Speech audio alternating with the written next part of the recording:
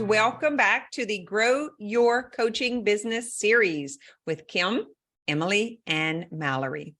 Today, we are going to be talking about the facets of social media, growing your coaching business using organic marketing, social media channels, basically the ins and outs of what I have learned in the past. I don't know how long it's been Facebook's been out. I've been on since the beginning. I'm probably 11, 12 years in. I've grown multiple businesses using social media.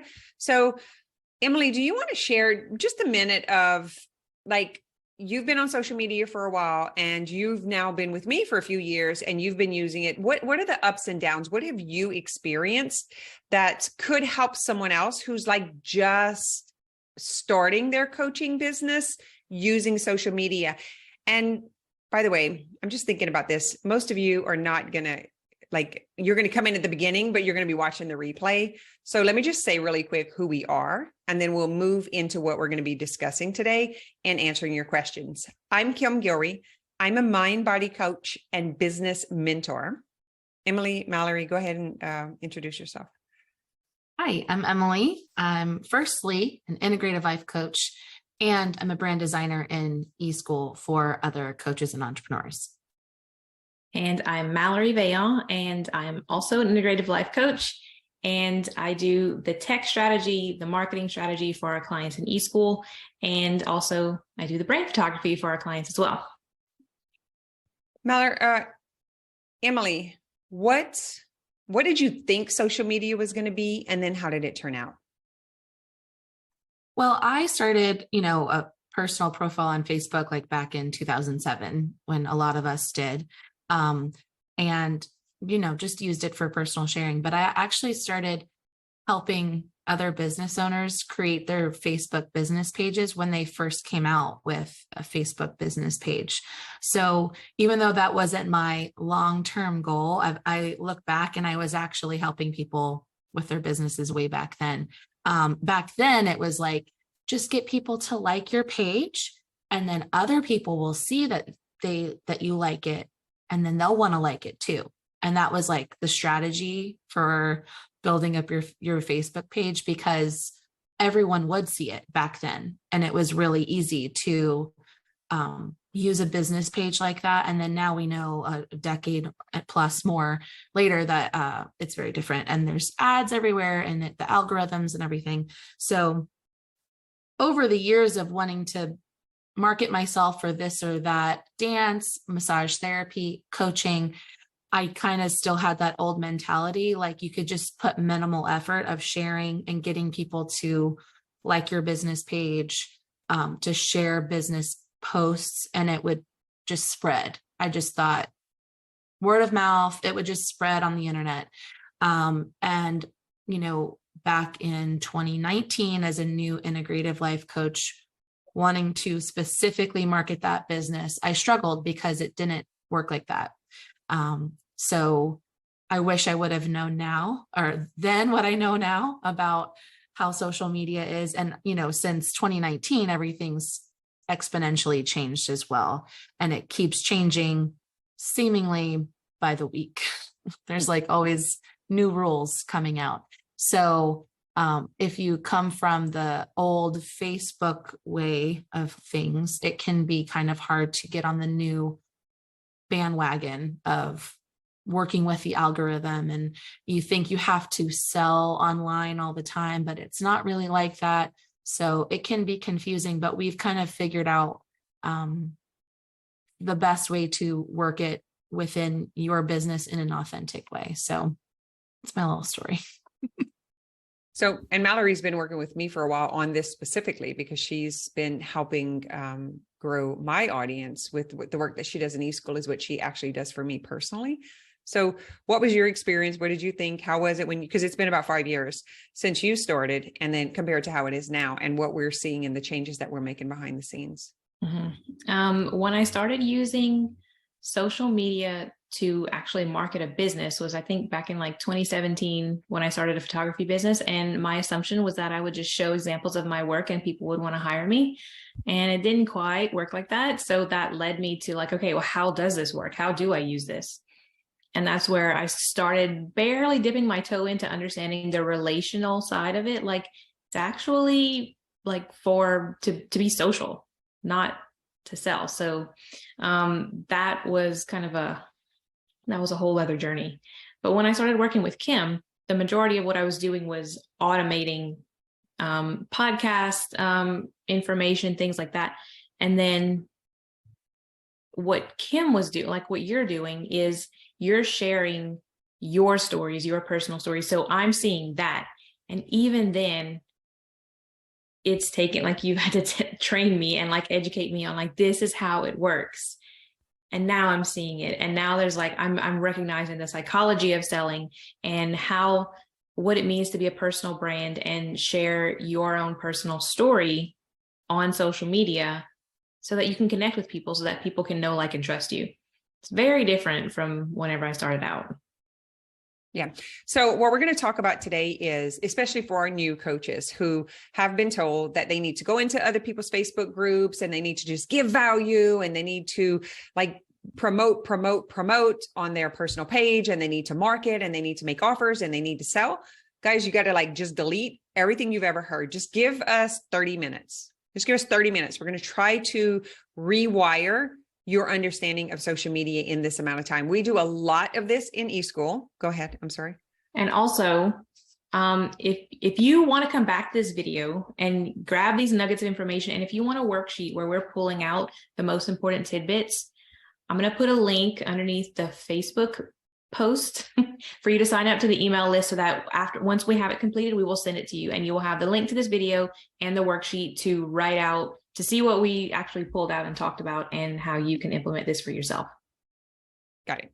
So look in the comments, click the link, put in your email, and you'll get the replay of this plus all of the important nuggets and the worksheet for yourself. Got it. Okay. So what I see most coaches hung up on, or business owners hung up on, is they think they need to go onto the page and make an offer. And that is not true. You shouldn't be making an offer until you have relationships built. So social media is to meet people. So you're basically exposing that you're in existence. Hey, I'm a person and this is what I like to do. See my cats, look at my kids. I love to travel. And then your people will decide if they're interested in you or not. Because some people are going to be like, that girl, I hate cats. She's always putting some cat stuff up and she's all about dogs. And I don't want to see her little kids, like you're going to get those people. And they're probably going to tell it to you on social media. And you just like send them a little kiss and say, thank you for boosting my algorithm. Because that's exactly what they're doing. Even negative comments or exposures.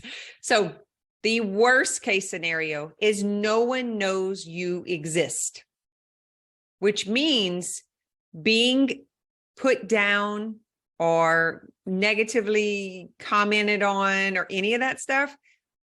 Rejection is the second step. They can't reject you if they don't know you. So that willingness, that courage to just share yourself. Guys, it doesn't have to be personal. You don't have to talk about what goes on in your bedroom. You don't have to talk about what goes on in your bank account. You don't have to talk about the fights that you have with your kids. That negativity does attract attention. Like Malerie and I were talking about this morning with the news. It is what the majority of human brains want. Okay. So social media does give a lot of attention to negativity.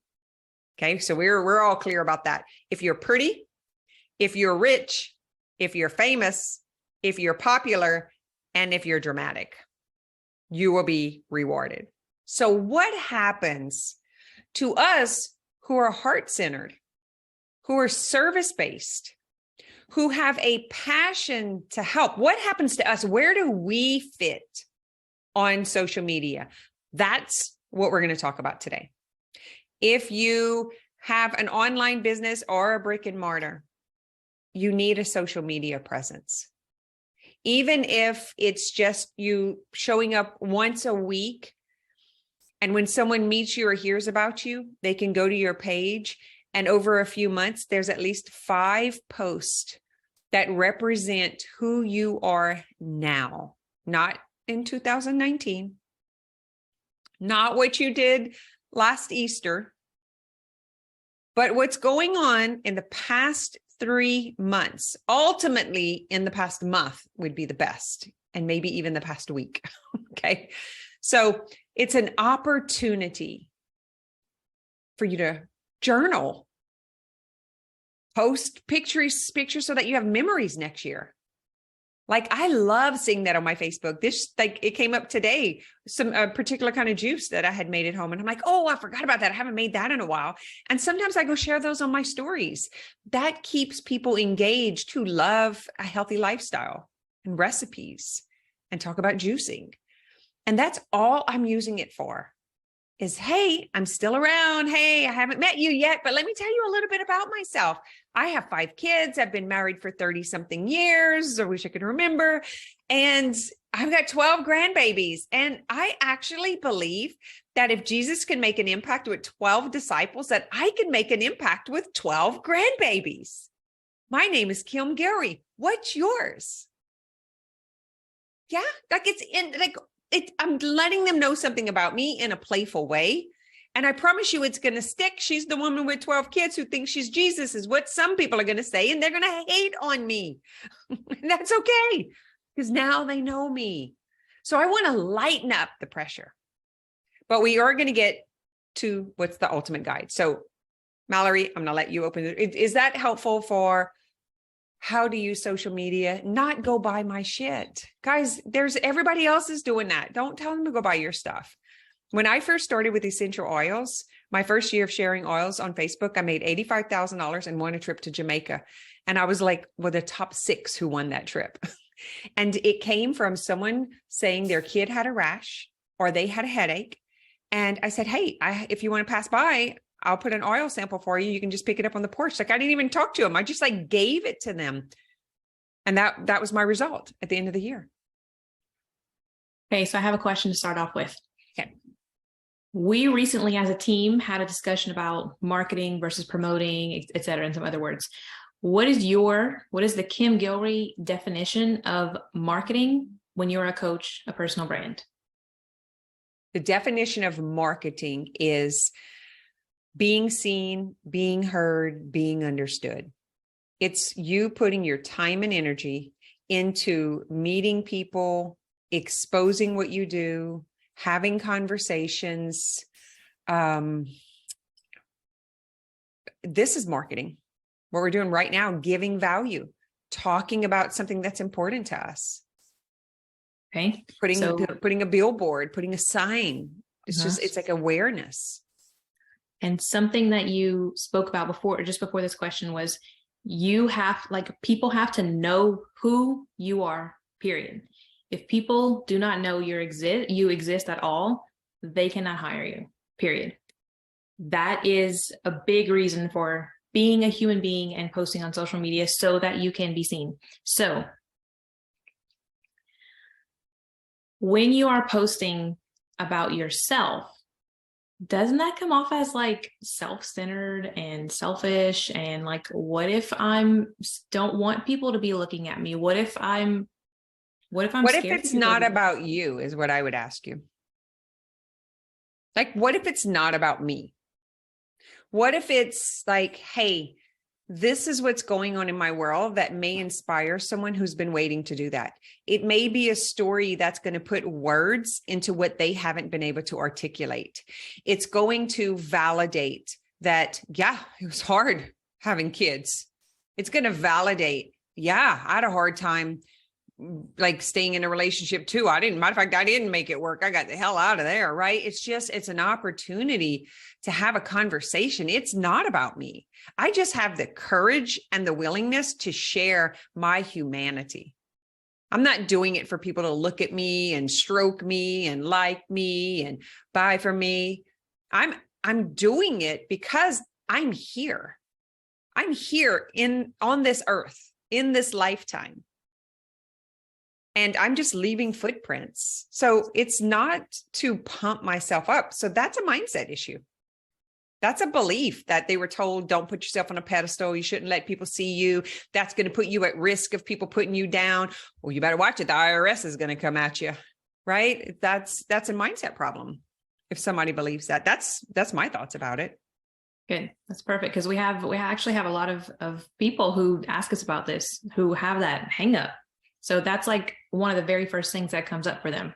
So if you're posting personal stuff about your life, about yourself, say you get over that hang up, how does that then lead into getting people to hire you as a coach? Okay, so let's use the example of the essential oils. The difference between marketing, promoting, selling, offering.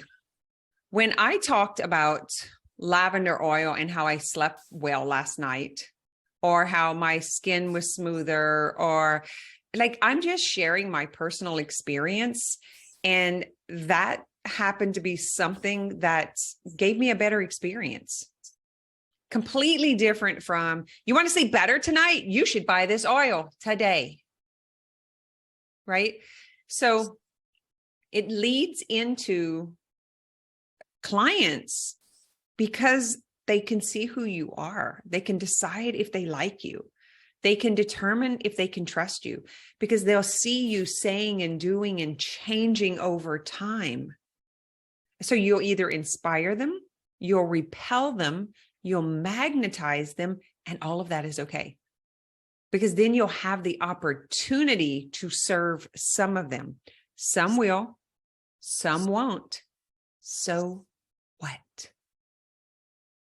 So what? None will if you don't put yourself out there at all and they don't know you exist. So it's an opportunity to give them value, to let them make that decision if they want to come to work with you, if they want to like you, if they want to follow you, or if they want to delete you. We're not all for each other. And that's okay.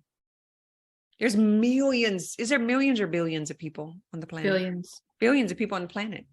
And there's millions that are looking for help. And there's thousands that are supporting that. I think it's important to talk about, like, when we're just starting out on a business and we have social media, we're talking to our friends and family, coworkers, schoolmates, like that is our social media at first. So what ends up happening when you're just sharing from an authentic place is a lot of times people aren't just going to immediately go to a link you post and buy. They're probably going to message you and be like, so tell me about this lavender stuff you're talking about. Like, did it really get your kid to help you sleep? Like, then you start conversations. And then there's an invitation like, okay, I think I really need to buy that essential oil. I love this. And I want to talk about it because it needs to be in this guide. People who are already on your social media, they're already following you, their friends, their family, they already trust you and they're just going to send you a private message and buy. You're correct. That's why I did so well my first year, because I had a brick and mortar and all of those people had already done business with me. So it wasn't a first buy. That's why I did well so fast. Most of you new coaches are not going to make $75,000 your first year. Probably not your first 4 years, to be honest. If you haven't been in business, if you don't have an audience, if you haven't been serving and you don't know how to run a business and you don't have a strategy, I mean, you guys know this. I can say it. I say it to our clients. So that's a great point, that if they have been following you and they are your friends and you are selling a product and you want that that new white toothpaste, what is called whitening toothpaste. Like I see someone right now and I want it. I'm going to send her a private message for it because I see a bunch of other people put it, but she lives right next door to my kids. And so I'm going to get it from her because I already know her and I want to support her. That's one phase. You are correct. But then let me tell you about the phases that happen after that. New people are going to come because of that conversation that's happening publicly. So it is helpful if they at least like it or comment it or like put something in the conversation so that when a stranger, which is likely that friend's family and friends, sees that, then that person already has a buy-in because of their friend. I call this reciprocity. If you love me, if you're my friend, if you're committed to me and you want the best for me, like my fucking shit. Like for God's sakes, like just help me or don't. But it's like, it's not that hard. That if you like somebody, and you want to help promote them, you don't have to buy it, but you can at least show that they're trustworthy. Okay, off that one. So it's helpful. You as my friend can help me grow my business if you really do care about me and care what I do, even though you're not interested in buying it for yourself, is what I'm saying. So that's the second phase. The third phase is these new people are now your new friends. And now they are going to bring new friends in. And now your social media is going to be a bunch of people that you're not firsthand friends with. Watch how this happens. So now you went from having 1,500 friends to having 2,000 friends to now having over 3,000 friends.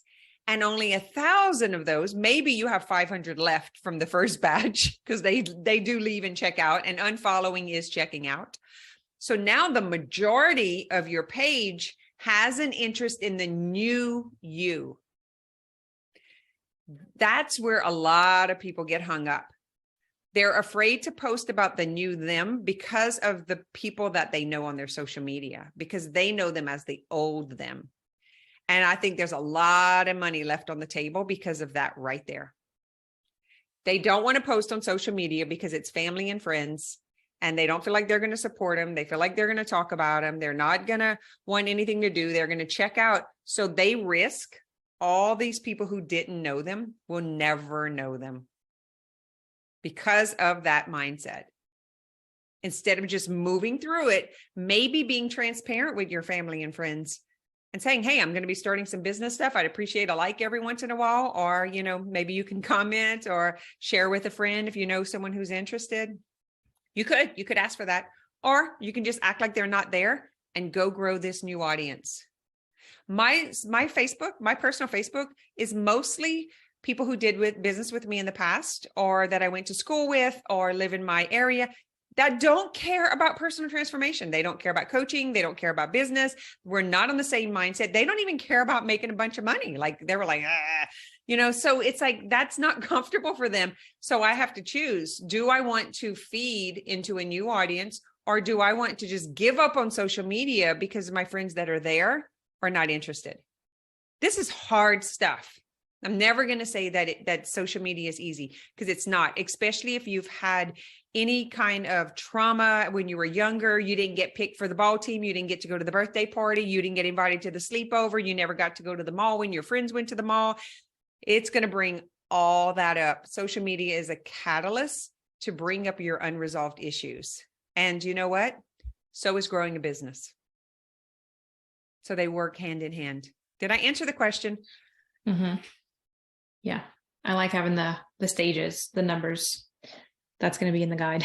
Well, you can't get to the new audience. You can't get to the 5. Like I maxed out at 5,000. I had to come up with a whole nother strategy. I didn't want to open another page. I knew that my business page wasn't going to help me. And so I just went in and I deleted 100 friends. And then I deleted 100 friends. And I deleted 100 friends. So I'm now at 400 deleted. I've done it 4 times. And if they don't like me, if they don't comment, if they don't talk to me, if we don't have a personal relationship, if they talk shit on me, if they're not interested, they probably unfollowed me. I don't want them taking up real estate on my profile. Because I'm going to sound a little pompous, but you just happen to get a spot there. That's how I look at it now, and it's not because you're better or not as good. You're just not interested in me. You're not into me. So why would you take up the real estate on my page? And I can't say, hey, if you don't like me, could you leave? Because if they unfollowed me, if I did too much promoting, if I did too much marketing and they unfollowed me, they'll never see what I say. And so I can't even relay that message. So you're at risk if you promote, and you're always selling rather than marketing and relating. You're at risk of having hundreds, if not thousands of people who say they're your friend, or it looks like they're your friend, and they don't even follow you. Which is important to talk about Instagram as well, because that's an issue. So like we're talking a lot about Facebook right now, but we can use other platforms with Can I social. talk about what I did with that? Yeah. Yeah. So this was really interesting for me. So I had a lot of peers and friends that I know we were friends on both because we were in masterminds together. They were my clients. We've had relationships on Instagram. And so I'm on Instagram. I click on their name. They don't follow me anymore. I was like, oh, interesting. I went to Facebook. Bye.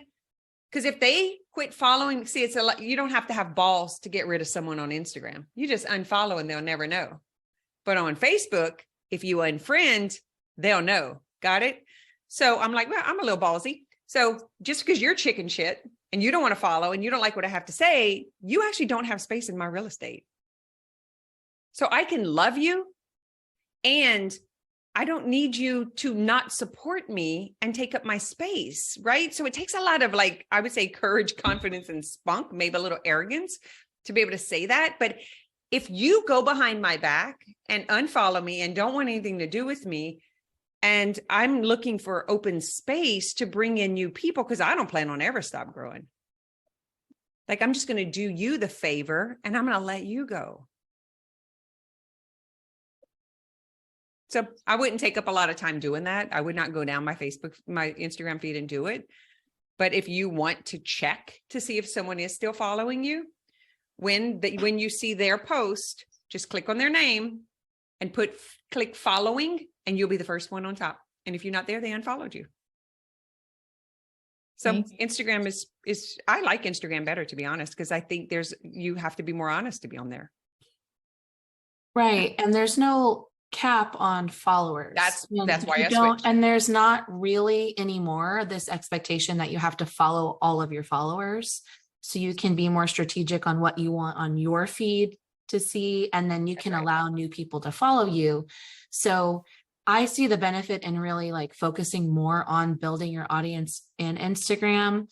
People buy a lot more from stories and links and, things like that. There is like a big flow from younger people to not even have Facebook anymore over to Instagram. So it depends on who you are and your demographic and your audience, but it doesn't all have to be Facebook and trying to fight the old Facebook way.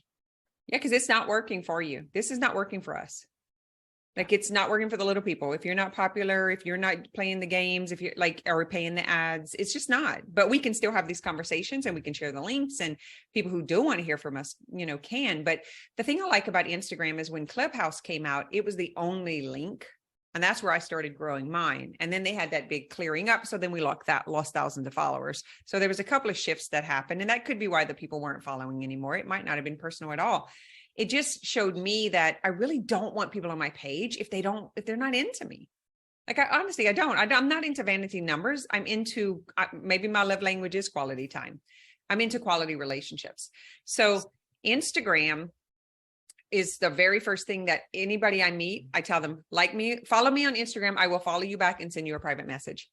That's the very first thing. I never switch an email. I never switch a cell number, with a new personal contact, because I want to see what's going on in their world and by their social profiles.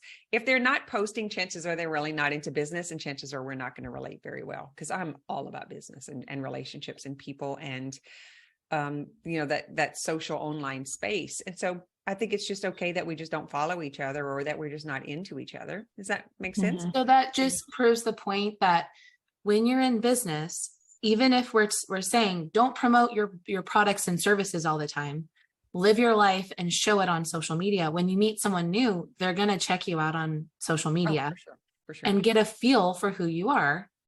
And then you can build the relationship in order to buy. So I think I just want to connect the dots that people are like, why would I want to promote myself only on my social media? Why don't I want to sell my product? Because I want to know you. I don't want to know your product. I want to know you to determine if I'm going to buy a product from you. Right. That's why that kind of goes back to your question you asked earlier, Malerie.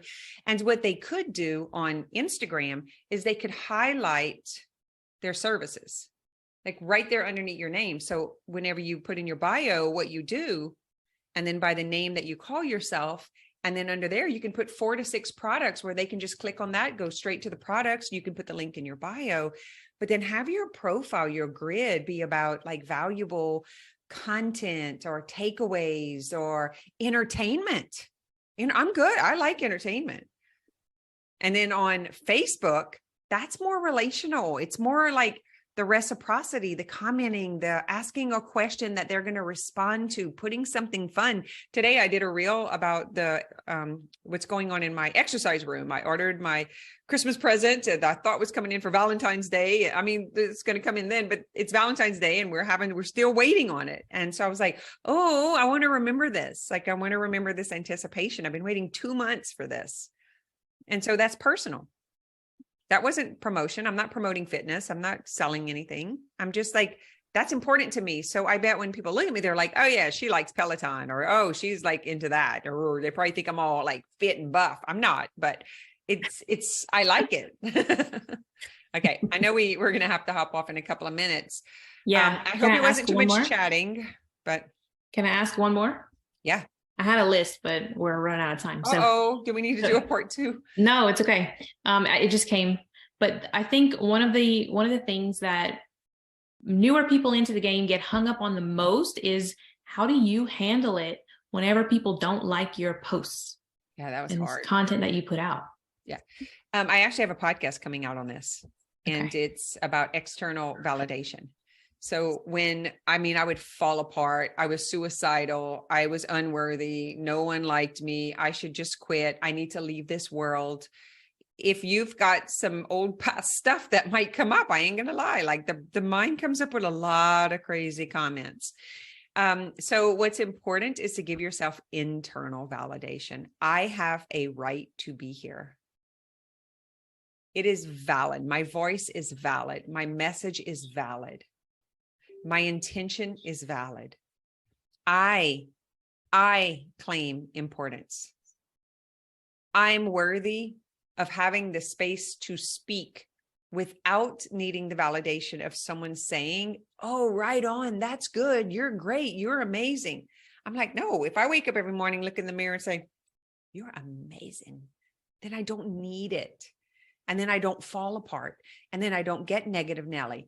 And then I don't quit, because I got it from myself. It would be like waiting for my husband every single morning to come, honey, hi, let's go have a cup of coffee. You're so amazing. Like, I'd be dead, like sitting in the chair, a skeleton, waiting for the coffee. Like, you just got to get over yourself, man. You got to get over you. I mean, you got to give it to yourself and quit expecting it from everyone else. And then what they will buy from you is that confidence, because everyone wants self-confidence. Mm-hmm. So you got to be the example rather than be the teller. Like, quit telling people what to do and show them what you do.